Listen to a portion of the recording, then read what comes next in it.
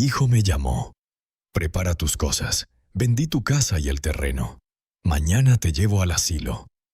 Yo estaba en la notaría cuando contesté con la serenidad de quien ya lo había previsto.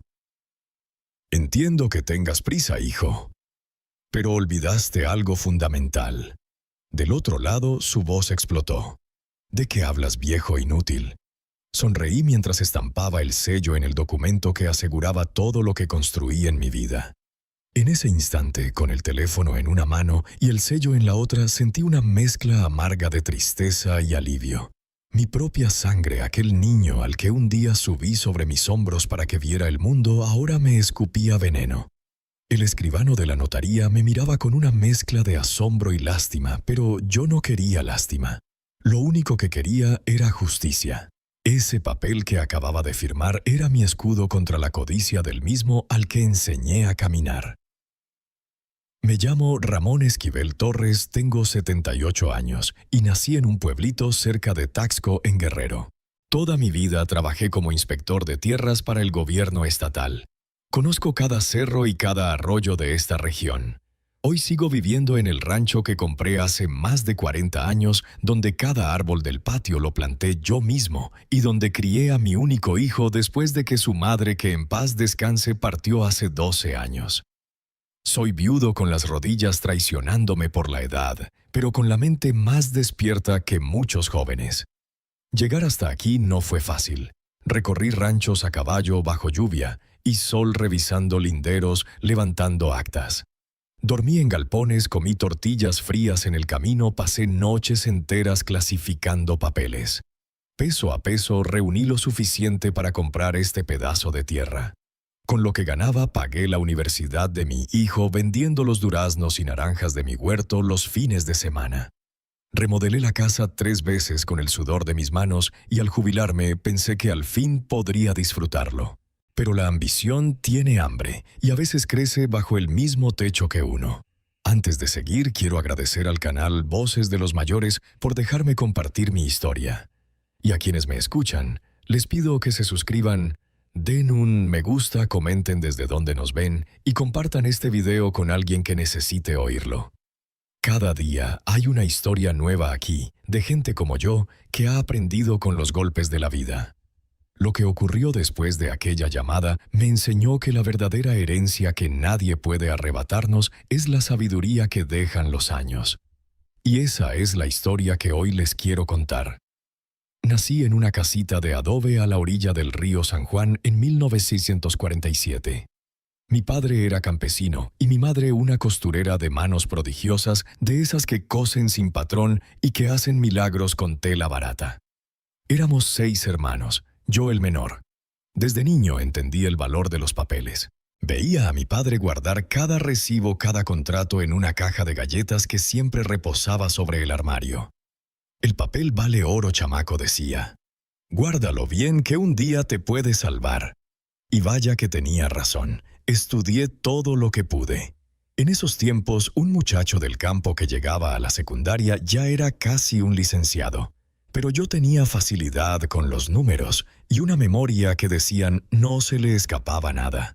Recordaba cada dato con precisión, nombres, fechas, lugares, números de folio. A los 18 años me presenté al examen para inspector de tierras del estado y obtuve el 2º lugar. Fue un orgullo para mí y para toda mi familia. Desde entonces mi vida transcurrió en el camino. Me levantaba antes de que cantara. El gallo preparaba mi portafolio de cuero, un regalo de mi padrino de confirmación, y salía con rumbo fijo. Llenaba el termo con café negro y me montaba en relámpago mi caballo alazán que me acompañó durante 15 años. Más tarde llegó la motocicleta y ya por los 80 pude comprar mi primer bocho. En toda la región me conocían. Ahí viene don Ramón a medir terrenos, decían. Y yo llegaba con mi regla, la cinta métrica, y la ley bien aprendida, listo para hacer mi trabajo.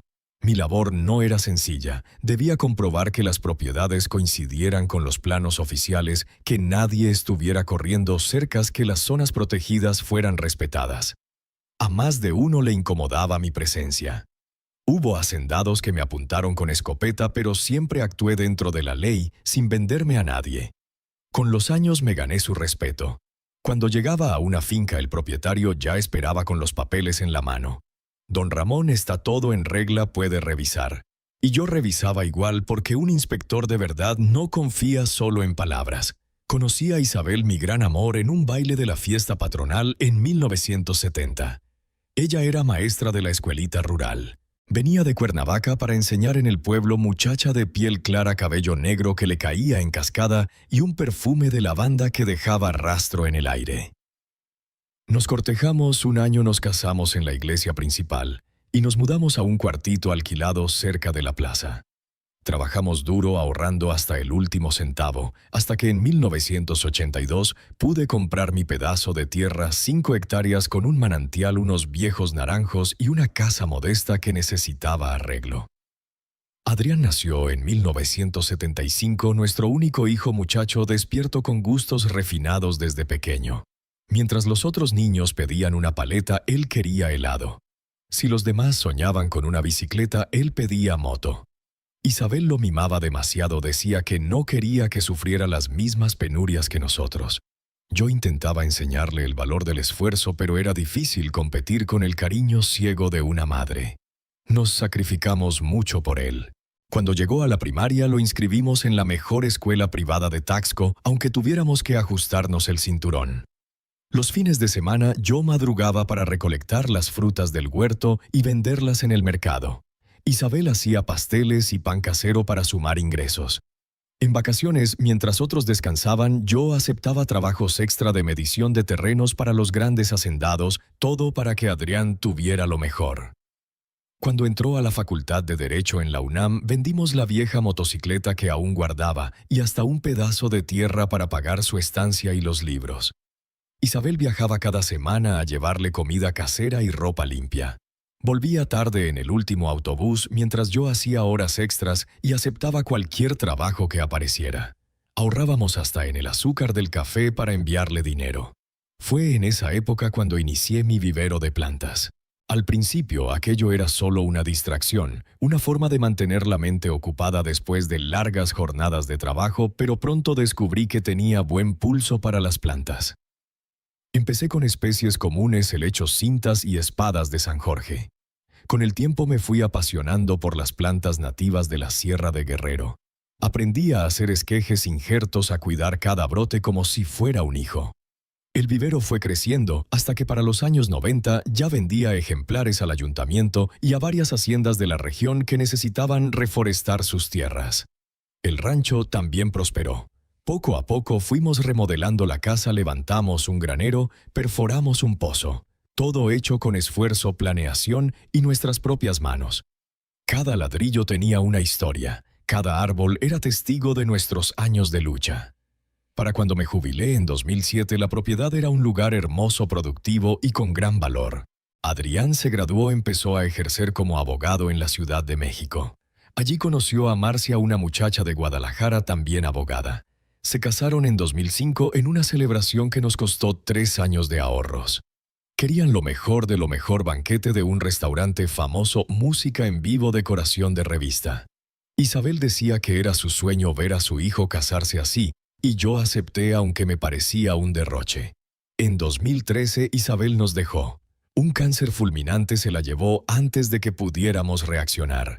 Un mes estaba bien, al siguiente ya estaba internada y en 3 meses partió. Fue como si me arrancaran un pedazo del alma. Tras 43 años compartiendo sueños, me vi solo en aquel rancho lleno de recuerdos. Las plantas del vivero se convirtieron en mi refugio. Mientras las regaba, le hablaba a Isabel. Le contaba las novedades, le pedía consejos. Podrá parecer locura de viejo, pero era lo único que me mantenía en pie. Adrián y Marcia venían a visitarme de vez en cuando, siempre con prisas. Él había abierto su propio despacho y se estaba labrando un nombre en la capital. Con el tiempo empecé a notar cambios en su forma de ser, en cómo hablaba, en cómo se vestía, en cómo miraba las cosas sencillas del rancho. Durante las visitas se quejaba del calor, del polvo, de la falta de buena conexión a Internet. Marcia renegaba del coche y decía que era alérgica a todo lo que huela a campo. Fue hace un par de años cuando comencé a registrar ciertas preguntas extrañas. Papá, ¿dónde guardas las escrituras del rancho? Papá, ¿No has pensado en vender esto e irte a la ciudad? Papá, ¿no te sientes muy solo aquí perdido en medio de la nada? Al principio no les di importancia, hasta que un día Adrián apareció con un amigo agente inmobiliario sin avisar para almorzar. El hombre se paseó por la propiedad tomando fotos haciendo anotaciones. Fue entonces cuando empecé a sospechar. Después de aquella visita todo comenzó a encajar. Noté que Adrián había cambiado incluso la manera de llamarme por teléfono. En lugar de las llamadas rápidas de siempre, empezó a comunicarse cada semana preguntando por mi salud, por mis medicamentos, por si no me sentía solo. Al principio pensé que por fin había comprendido que su padre envejecía. Pero pronto me di cuenta de que había un motivo oculto tras ese interés repentino. Un jueves de marzo. Adrián llegó al rancho sin avisar. Apareció en un auto nuevo de esos importados que cuestan lo mismo que una hacienda pequeña. Venía solo sin Marcia, lo cual era inusual. Hasta trajo una caja con mis dulces favoritos de la ciudad. Se sentó conmigo en el porche. Tomó café despacio sin mirar el reloj, algo que nunca hacía. Me habló de su despacho, de los casos de sus viajes. Y finalmente lanzó el anzuelo: papá, ¿ya pensaste que este rancho te exige demasiado? Todo este mantenimiento, las plantas, los animales. A tu edad mereces descanso. Un sitio más cómodo con gente que te cuide, dijo Adrián con esa voz que intentaba sonar cariñosa, pero que me sabía a trampa. Fingí no entender lo que quería insinuar. Le hablé de Pepe, que venía 3 veces por semana a ayudarme con lo pesado del rancho. Le conté sobre las plantas del vivero, mi orgullo, mi alegría. Le dije que nunca me había sentido tan bien, que incluso el médico había dicho que tenía la salud de un hombre de 60. Entonces cambió de estrategia. Empezó a hablarme de sus problemas económicos, que la competencia entre despachos se había vuelto feroz, que los clientes importantes se estaban yendo, que su oficina necesitaba una reforma urgente. Después vino con lo de los gastos, la colegiatura de los niños, la financiación del coche, la hipoteca del departamento. Todo dicho con ese tono que no pide pero presiona. Sabes que nunca te pediría nada, papá, pero ando preocupado por el futuro, por poder darle a mis hijos lo que tú y mamá me diste. En ese momento el corazón me ganó. Le ofrecí ayuda. Tengo unos ahorros guardados, puedo prestártelos, le dije. Agradeció, pero cambió el tema enseguida. No sería justo, ya encontraré la manera. Pero, en realidad, papá, tengo una propuesta. Hay un empresario de la Ciudad de México interesado en comprar tierras por aquí para levantar un resort. Me explicó que pagarían muy bien por el rancho, mucho más de lo que valía según él. Que con ese dinero yo podría comprarme un departamento cómodo en la ciudad, cerca de ellos, y aún me sobraría para vivir sin preocupaciones. Confieso que por un instante la idea sonó lógica. Yo viejo, solo en un rancho grande, lejos de mi hijo y de mis nietos. El dinero era tentador, estar cerca de la familia aún más. Pero algo no cuadraba. Pregunté la cifra. Cuando me la dijo, sentí que me ardía el estómago. Era menos de la mitad del verdadero valor del rancho, considerando su ubicación privilegiada, el manantial propio, y que toda la documentación estaba impecable. Ese precio está muy por debajo del mercado, hijo. Si ese empresario realmente quiere construir un resort aquí, pagaría al menos el doble. Vi entonces una sombra cruzar su rostro, un nerviosismo que intentó ocultar llevándose el café a los labios.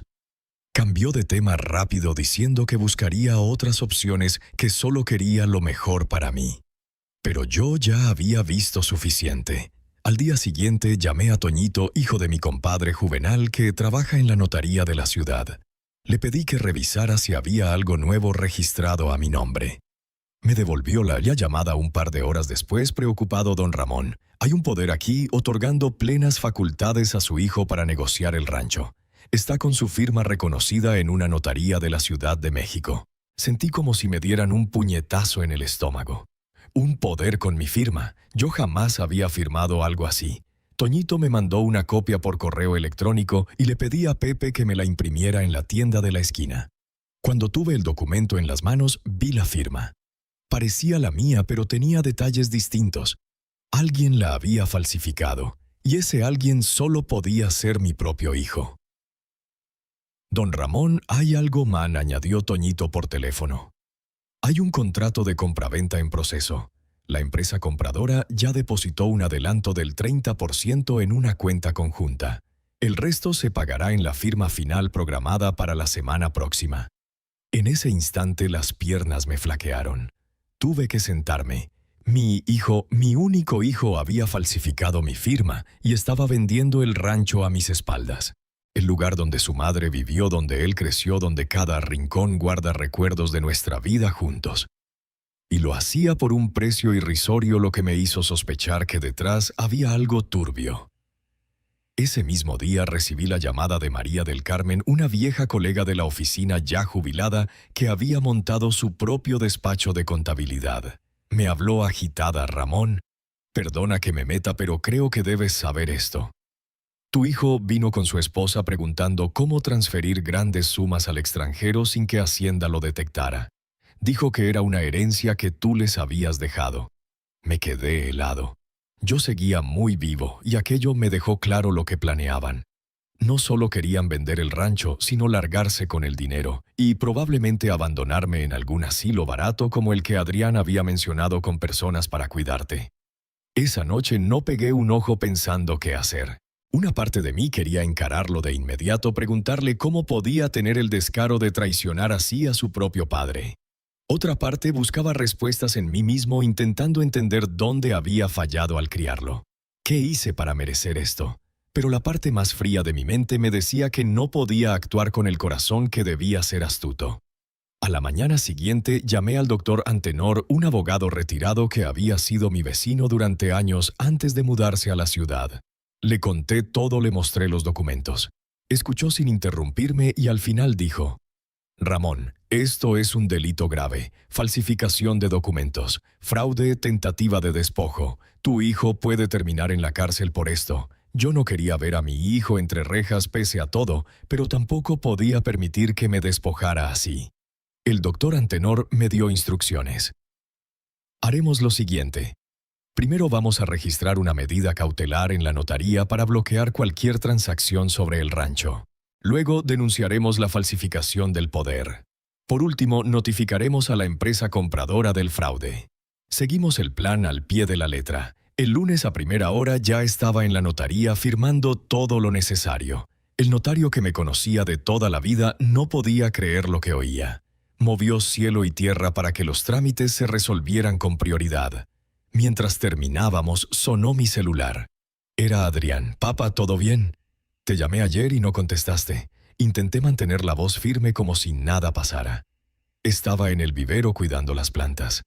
Seguro se quedó sin batería el teléfono. Estoy en la ciudad resolviendo unos asuntos. Pareció aliviado. Ah, qué bueno. Mira, estoy pensando en ir mañana con Marcia y los niños. Tengo una buena noticia que contarte. ¿Qué buena noticia, hijo?, pregunté fingiendo ingenuidad. Mañana te lo cuento con calma. Solo prepara tus cosas. Voy a necesitar que vengas a la ciudad conmigo. Encontré un lugar perfecto para que te quedes. Ahí ya no pude seguir fingiendo. Adrián, vendiste mi rancho a mis espaldas. Silencio. Luego una risa nerviosa. ¿Qué dices, papá? Claro que no. ¿De dónde sacaste eso? Estoy en la notaría ahora mismo, Adrián. Vi el poder falso. Vi el contrato de compraventa. Lo sé todo. Otro silencio más largo.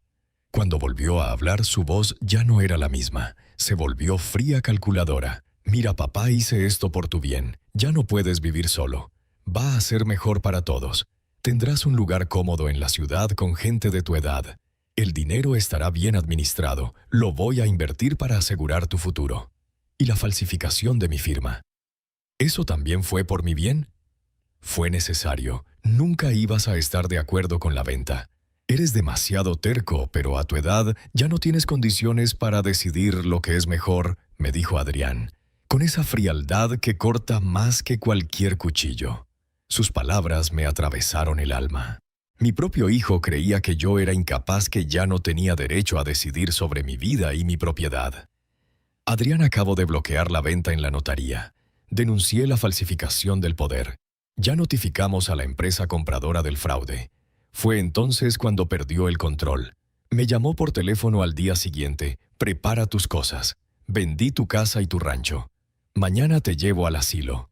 Yo estaba en la notaría y respondí con calma. Entiendo tu prisa, hijo, pero olvidaste algo importante. ¿De qué hablas, viejo tonto?, gritó.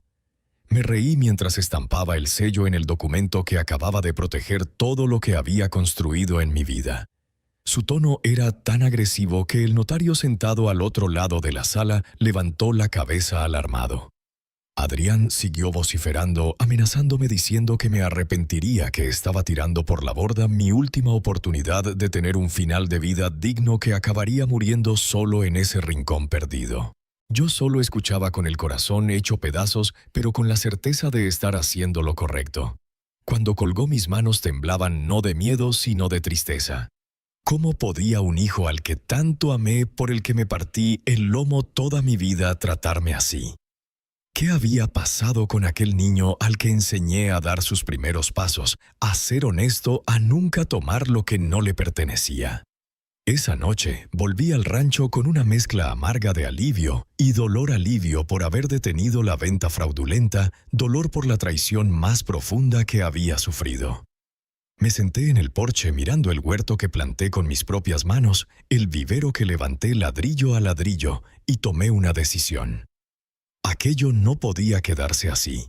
No bastaba con frenar el fraude. Tenía que asegurarme de que mi patrimonio, fruto de toda una vida de trabajo honesto, jamás pudiera ser saqueado. Lo que no imaginaba era que lo peor estaba aún por llegar. La respuesta de Adrián a mi resistencia fue más brutal de lo que creía posible. Al día siguiente se presentó en el rancho con 2 hombres desconocidos. Uno se presentó como médico psiquiatra, el otro como trabajador social. Adrián llevaba una carpeta llena de papeles bajo el brazo. «Papá, estos señores vienen a evaluar tu capacidad mental. Estoy solicitando una declaración de incapacidad. Claramente ya no puedes administrar tus bienes».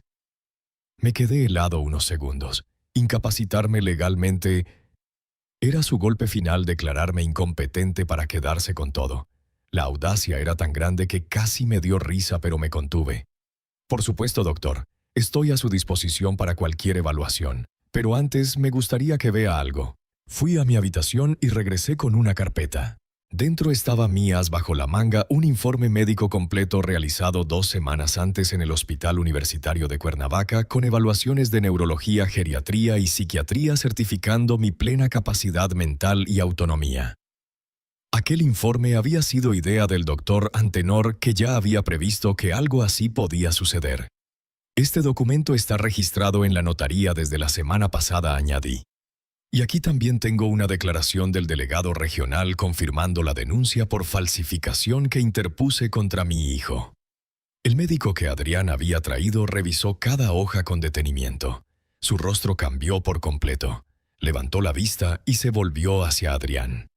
«Doctor, Adrián no mencionó que su padre ya había pasado por una evaluación reciente. Este informe es exhaustivo y está firmado por especialistas de prestigio», dijo el médico observando los documentos. El rostro de Adrián se encendió de furia. Empezó a gritar que yo lo había planeado todo, que había engañado a los médicos, que estaba senil y paranoico. Incluso intentó arrebatarle los papeles de las manos al doctor. Fue entonces cuando apareció mi segunda carta ganadora. Pepe, mi mano derecha en el rancho desde hacía años, entró acompañado de doña Cida, mi vecina. Detrás de ellos venía el sargento Meneses de la Policía Federal, hijo de doña Cida, que justo ese fin de semana había ido a visitarla. Don Ramón, escuchamos los gritos desde afuera. «¿Todo bien?», preguntó Pepe, lanzando una mirada desconfiada a los hombres que Adrián había traído. El sargento Meneses, con su uniforme, aunque estaba de descanso, dio un paso al frente. «¿Algún problema aquí?» Recibí una denuncia de posible coacción contra una persona mayor. La denuncia la había puesto doña Cida, a quien yo había advertido el día anterior para que su hijo estuviera pendiente de cualquier movimiento extraño en el rancho. Adrián intentó justificarse diciendo que solo era una visita, que estaba preocupado por mi salud, pero el daño ya estaba hecho. El médico y el trabajador social comprendieron que habían sido utilizados en un intento de estafa. Se disculparon y salieron apresurados con la vergüenza pintada en la cara. Cuando quedamos solos, Adrián se dejó caer en una silla derrotado. ¿Por qué me haces esto, papá? ¿Por qué no me facilitas las cosas? ¿Facilitar qué, Adrián? ¿Que me robes? ¿Que me declares incapaz? ¿Que te entregue lo que construí con el sudor de mi frente para que lo malgastes en coches y viajes? Siempre has sido así, obsesionado con lo material. Este rancho, estas plantas, valen más para ti que tu propio hijo. No se trata del valor material, hijo. Se trata de principios, respeto, honestidad, dignidad. Cosas que intenté enseñarte toda la vida. Se levantó hecho una furia. Te vas a arrepentir. Esto no se va a quedar así, dijo, y salió dando un portazo tan violento que un cuadro cayó de la pared. Era una fotografía antigua de los tres, Isabel, Adrián de niño y yo. Él tendría unos 10 años. El vidrio se hizo añicos en el suelo como un presagio de lo que pasaría con nuestra familia. En los días siguientes, Adrián intentó todo. Contrató a otro abogado para impugnar el bloqueo de la venta. Regó por la ciudad el rumor de que yo padecía Alzheimer, que había días que ni siquiera recordaba mi nombre. Incluso trató de sobornar a Toñito de la notaría para liberar la operación. Nada funcionó. Mientras tanto, yo no me quedé de brazos cruzados. Con el apoyo del doctor Antenor registré en la notaría una declaración detallada de todos los intentos de fraude. Transferí parte de mis ahorros a una cuenta en otro banco al que Adrián no tenía acceso. Instalé cámaras de seguridad en el rancho con ayuda del hijo de doña Sida y tomé la decisión más dura de mi vida. Presenté una denuncia formal contra mi propio hijo por intento de estafa y falsificación de documentos. La noticia corrió como pólvora por el pequeño Taxco. Cuando iba a la ciudad, la gente me miraba con una mezcla de pena y respeto. Muchos se acercaban a contarme historias similares, hijos que habían tratado de quitarles sus casas a padres ancianos, herencias peleadas antes, incluso de que el difunto descansara familias destruidas por la codicia. Entonces entendí que mi historia, por dolorosa que fuera, no era única. La gota que colmó el vaso llegó 2 semanas después. Recibí una llamada de Denise, la secretaria de Adrián, una joven que siempre me había tratado con amabilidad en las pocas ocasiones en que visité su despacho. Don Ramón, discúlpeme por meterme en esto, pero creo que necesita saberlo. El licenciado Adrián está metido en problemas graves. Tomó dinero de clientes para inversiones que nunca realizó. Usó el adelanto de la venta de su rancho para tapar parte del hueco, pero todavía debe mucho. Hay gente amenazando con denunciarlo. Y otros que han lanzado amenazas más serias. Está desesperado. Aquello explicaba muchas cosas: su urgencia por vender el rancho, su furia cuando lo impedí, sus intentos cada vez más agresivos. No era solo avaricia, era desesperación. Mi hijo se estaba ahogando en deudas, seguramente producto de años de vivir por encima de sus posibilidades, exhibiendo lujos que no podía costear. Por más daño que me hubiera causado, sentí el corazón apretarse. No podía abandonarlo a su suerte, pero tampoco podía sacrificar todo lo que construí con una vida de esfuerzo para cubrir los errores y engaños de mi propio hijo. Llamé al despacho, pedí hablar con él. Denise me dijo que no estaba, que había viajado a Monterrey para tratar de arreglar unos asuntos. Dejé un recado urgente para que me llamara. Aquella tarde alguien llamó a mi puerta. Era Marcia, mi nuera, acompañada de mis 2 nietos, Pedro de 14 años y Clara de 11. Me sorprendió verla. Era raro que viniera al rancho, más aún con los niños. Tenía el rostro demacrado con profundas ojeras. «Don Ramón, necesito hablar con usted. Los niños pueden quedarse en el huerto mientras conversamos». Apenas los pequeños se alejaron, Marcia se desplomó en el sofá y rompió a llorar. «Estoy desesperada. Adrián desapareció hace 3 días. Se llevó todos nuestros ahorros, las tarjetas, hasta las joyas que heredé de mi abuela. Dejó una carta diciendo que iba a resolver todo y que pronto volvería, pero no contesta el teléfono. Me confesó que recién había descubierto el verdadero estado de sus finanzas, deudas de juego, préstamos a nombre del despacho, dinero de clientes desviado y, por supuesto, el intento de vender mi rancho sin mi consentimiento. Le juro que no sabía nada, don Ramón. Adrián siempre manejó las cuentas. Decía que yo no debía preocuparme, y le creí. Por más que dudara de cuánto realmente ignoraba, no pude evitar sentir compasión, sobre todo por mis nietos, que no tenían culpa alguna. ¿Qué van a hacer ahora, Marcia? No lo sé. La casa está hipotecada. El banco ya notificó que la embargará. Ayer nos quitaron el coche. Temo que vengan por los muebles, por las cosas de los niños. Y hay gente peligrosa buscándolo. Personas que prestan dinero fuera del sistema, si me entiende. No necesitaba más explicaciones. Prestamistas. La situación era aún peor de lo que imaginaba. Fue entonces cuando se me ocurrió una solución no definitiva, pero que al menos daría refugio a mis nietos mientras pasaba la tormenta. Marcia, hay una casita en la parte trasera del rancho. Era del capataz antes de que Pepe se mudara a la ciudad. Lleva años vacía, pero está limpia y tiene lo básico. Pueden quedarse ahí hasta que todo esto se calme. Me miró sorprendida. Después de todo lo que Adrián le hizo, ¿aún quiere ayudarnos? No lo hago por Adrián, respondí. Lo hago por mis nietos, que no tienen culpa de las decisiones de su padre, y por ti, que por lo que veo también fuiste engañada. Esa misma tarde ayudé a Marcia y a los niños a instalarse en la casita. Era sencilla, con 2 habitaciones, cocina, baño y un pequeño porche. Pepe trajo una estufa nueva desde la ciudad. Yo compré colchones y ropa de cama. En cuestión de horas transformamos aquel lugar en un hogar temporal. Pedro y Clara estaban asustados por el cambio repentino, pero también fascinados con el rancho. Y mientras los veía correr entre los naranjos, sentí por primera vez en mucho tiempo que tal vez aún quedaba algo por lo que valía la pena luchar. Era raro que antes me visitaran y nunca se quedaban más que unas horas. Ahora tendrían tiempo de conocer cada rincón, el huerto, el vivero, el arroyo que cruza la propiedad por el fondo. Esa noche, sentados en el porche de la casa principal, Marcia me reveló más detalles sobre la situación. Adrián había empezado a jugar hacía unos años, al principio de manera esporádica, pero luego con frecuencia creciente. Perdió grandes sumas, pidió préstamos para cubrir las pérdidas y después usó dinero de clientes para tapar los huecos. Era un círculo vicioso que no dejaba de crecer. Ha cambiado, don Ramón. No sé cuándo pasó, pero ya no es el mismo hombre con el que me casé. A veces lo miro y no lo reconozco, dijo con tristeza. No pude evitar pensar en Isabel y cómo se habría sentido destrozada al ver en lo que se había convertido nuestro hijo. Pasaron 2 semanas sin noticias de Adrián. Marcia presentó una denuncia por desaparición, pero la policía no tenía pistas. Los acreedores comenzaron a aparecer primero en el despacho, luego en su casa en la ciudad.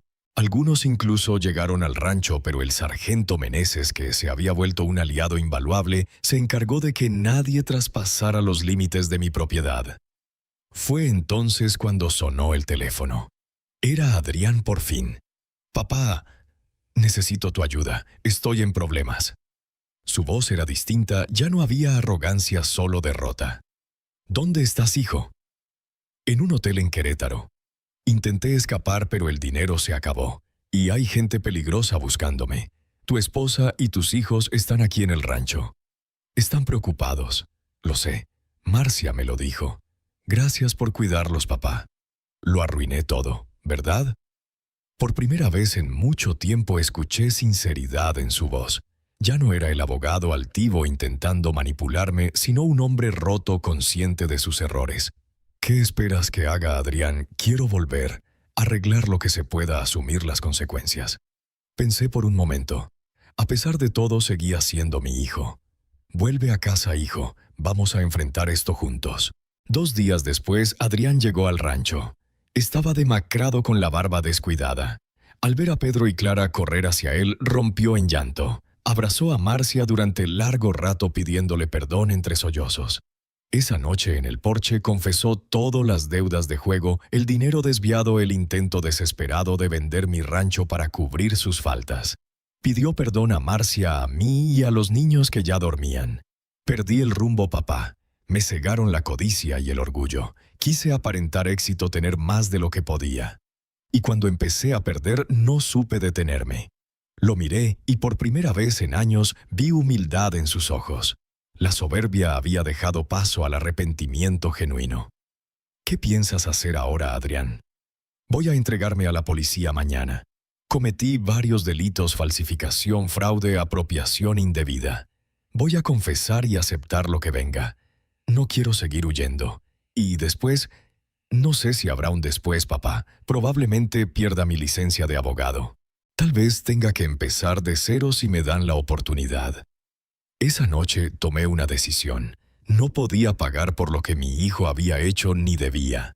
Tenía que enfrentar las consecuencias de sus actos, pero podía ofrecerle una posibilidad de empezar de nuevo cuando todo terminara.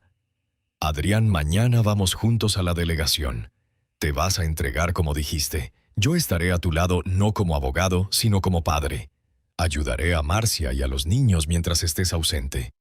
Y cuando salgas tendrás un lugar donde recomenzar. ¿Qué lugar, papá, aquí en el rancho? Hay tierra suficiente para dividir. Podrás construir tu casa al otro lado del arroyo, rehacer tu vida lejos de la ciudad y de sus tentaciones. Trabajar la tierra como yo lo he hecho siempre. Me miró sorprendido. Después de todo lo que hice, ¿aún quieres darme una parte del rancho? No te estoy dando nada, hijo. Te estoy ofreciendo una oportunidad para recuperar tu dignidad. El rancho seguirá siendo mío mientras yo viva. Pero puedes vivir y trabajar aquí, aprender un oficio nuevo. Y si demuestras que de verdad has cambiado un día, esta tierra podrá ser tuya. No por trampa ni engaño, sino por mérito. Al día siguiente, tal como habíamos acordado, acompañé a Adrián hasta la delegación de Taxco. Confesó todo ante el delegado, un hombre serio que me conocía desde niño. Las consecuencias serían duras: varios años de cárcel, la pérdida de su licencia profesional, deudas que cargaría durante mucho tiempo. Pero por primera vez vi a mi hijo enfrentando sus actos de frente sin intentar manipular ni huir. Cuando lo llevaron a la celda, me miró por última vez. Papá, ¿me perdonas? Ya te perdoné, hijo. Ahora es momento de reconstruir. La noticia se regó por toda la región. El hijo de don Ramón, el abogado que intentó despojar a su propio padre, está preso. Algunos vinieron a darme el pésame como si se tratara de un duelo. Y de alguna manera sí lo era la muerte de una ilusión de la imagen que yo tenía de mi hijo. Pero también fue el nacimiento de algo nuevo, la posibilidad de un hombre distinto forjado en las cenizas de sus errores. Marcia decidió quedarse en el rancho con los niños. Al principio dijo que sería temporal, pero poco a poco fue adaptándose a la vida sencilla. Consiguió trabajo como maestra en la escuelita rural, la misma donde Isabel había enseñado hace décadas. Pedro y Clara se inscribieron en la escuela de la ciudad y hacían el trayecto en el autobús escolar como tantos otros niños del campo. Los acreedores aún buscaban a Adrián, pero cuando supieron que se había entregado y que ya no quedaban bienes que reclamar, la mayoría desistió. Algunos procesos civiles continuaron, deudas que tardarían años en saldarse, pero al menos cesaron las amenazas más graves. En cuanto a mí, encontré una paz que nunca imaginé recuperar. La traición de mi hijo me había herido en lo más profundo, pero su valor para asumir las consecuencias trajo consigo una forma de redención. Tener a mis nietos cerca, verlos descubrir los pequeños milagros de la vida rural, era un regalo inesperado a mi edad. Un día, mientras trabajaba en el vivero con Pedro, que había desarrollado un interés genuino por las plantas, me preguntó: abuelo, ¿cómo supiste que papá iba a intentar vender el rancho? ¿Cómo lograste prepararte? Sonreí recordando la lección más valiosa que mi padre me enseñó. No lo sabía, hijo mío, pero aprendí desde pequeño que el papel es como el oro. Guárdalo bien porque un día puede salvarte. Tu padre lo olvidó. Pero quizá tú no lo olvides. Han pasado 4 años desde aquel día en que mi hijo se entregó a la justicia. Muchas cosas cambiaron desde entonces. La vida tiene esas vueltas inesperadas, como un río que parece ir recto pero de pronto se curva. Adrián cumplió 2 años en régimen semiabierto. Pudo haber sido más, pero el juez consideró su confesión voluntaria y el hecho de que se entregara por iniciativa propia. Yo lo visitaba cada semana, llevándole productos del rancho contándole las novedades. Al principio apenas levantaba la mirada para verme. Vergüenza, supongo. Pero con el tiempo esas visitas se convirtieron en momentos de reconstrucción. Fue en esas conversaciones de 1 hora por semana donde conocí al verdadero Adrián. No al niño consentido que criamos, ni al abogado arrogante que perdió el rumbo, sino al hombre que quizás todavía podía llegar a ser. Adrián aprovechó su tiempo en prisión para estudiar. Adrián hizo cursos de agricultura orgánica, técnicas de siembra y gestión de pequeñas propiedades rurales. Cuando me mostró los certificados, no pude evitar que los ojos se me humedecieran. Vi en ellos no solo un interés genuino, sino un pedido silencioso de reconciliación. Quería aprender lo que yo sabía entender mi mundo. Marcia y los niños siguieron viviendo en el rancho. La casita trasera, que antes era solo un refugio temporal, se transformó en un verdadero hogar. Marcia se adaptó a la vida de maestra rural y descubrí que tenía vocación igual que Isabel la tuvo en su tiempo. Pedro, mi nieto mayor, se convirtió en mi mano derecha en el vivero. Tiene buena mano para las plantas, conoce cada especie por su nombre científico. Clara, en cambio, se inclinó por el arte. Pasa horas dibujando las flores, los árboles y los pájaros que llegan al rancho. Un talento que ni siquiera sabía que existía en nuestra familia. Adrián salió de prisión hace 2 años. Como lo habíamos acordado, construyó una pequeña casa al otro lado del arroyo. Nada ostentoso, solo una vivienda sencilla, bonita y funcional. Él mismo levantó las paredes y colocó las tejas. Un trabajo manual que antes habría despreciado, pero que ahora realizaba con orgullo. Marcia y los niños se mudaron allí tan pronto estuvo lista. Comenzaba una nueva etapa. Como era de esperarse, perdió su licencia de abogado. El colegio de abogados le revocó el registro por conducta antiética. Fue un golpe duro pero necesario. Un hombre debe enfrentar las consecuencias de sus actos para cambiar de verdad. En lugar de la abogacía, Adrián empezó a trabajar conmigo en el vivero aprendiendo el oficio que durante tantos años despreció. Al principio me resultaba extraño ver esas manos que antes solo conocían la pluma y el teclado endurecerse con la tierra. Pero poco a poco comenzó a disfrutarlo. Hace 1 año decidimos expandir el vivero. Ya no es solo el pasatiempo de un viejo, ahora es un negocio familiar. Ampliamos la variedad de plantas y empezamos a abastecer proyectos de reforestación en la región. Adrián aportó ideas nuevas. Creó un sitio web, organizó la parte administrativa. Yo pongo la experiencia, el conocimiento de las plantas, de los ciclos de la naturaleza. Es una sociedad que jamás pensé que tendríamos. Las deudas del pasado aún existen y cada mes destinamos una parte de lo que ganamos a saldarlas.